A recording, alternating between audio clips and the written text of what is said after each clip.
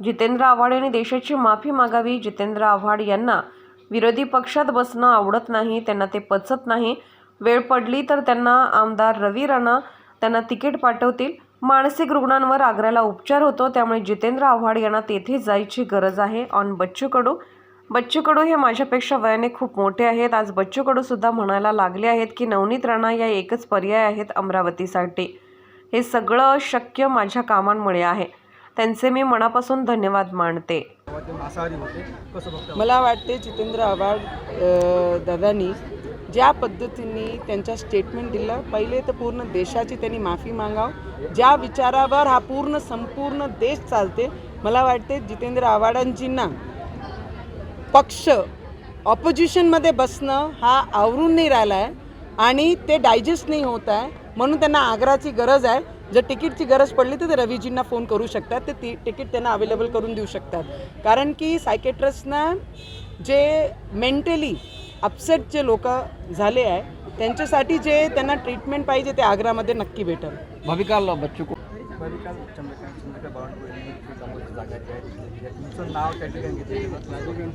मला वाटते की बावनकुळे साहेबांनी ज्या पद्धतीने काल जे स्टेटमेंट केलं त्याच्याबद्दल मनापासून त्यांचा धन्यवाद करते। आणि आम्ही जेव्हापासून केंद्राचे इलेक्शन निवडून आम्ही गेलो आहे, माझ्या जिल्ह्याचा विकास, माझे आदिवासी लोकांचा विकास, माझ्या जिल्ह्याचा विकास स्पीडनी झाला पाहिजे।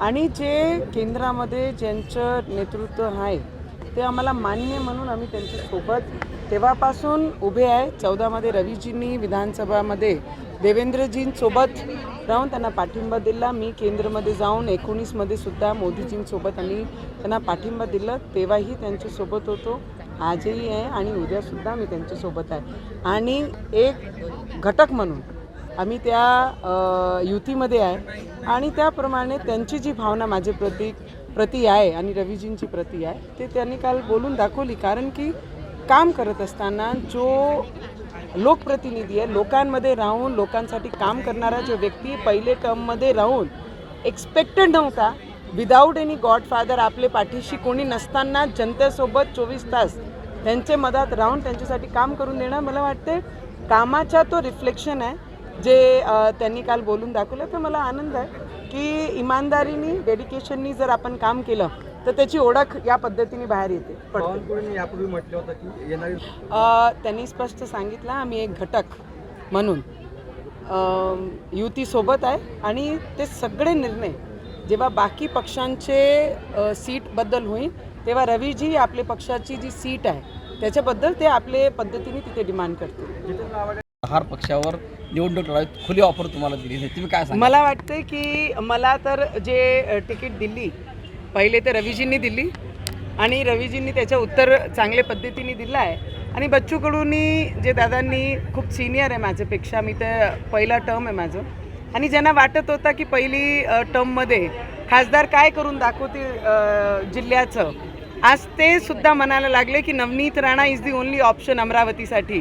तर मला वाटते माझे कामाचं प्रतीक आहे, माझे कामाचं रिफ्लेक्शन आहे, तर त्यांना मनापासून धन्यवाद करते की जेही लोक 14मध्ये 19मध्ये विरोधात असून कामं केले आहे, आज जर ते म्हणायला लागले की नवनीत राणा हे फक्त ऑप्शन आमच्या अमरावतीचे विकासासाठी आहे, तर मला वाटतं आमचे गोरगरिबांचा, माझे मतदारांचा आशीर्वाद एवढा चांगले पॉझिटिव्हिटीनी आहे की विरोधकांनाही आता रांगेत उभे राहून आपले पक्षाचं ऑफर द्यायला लागले आहे। तर बस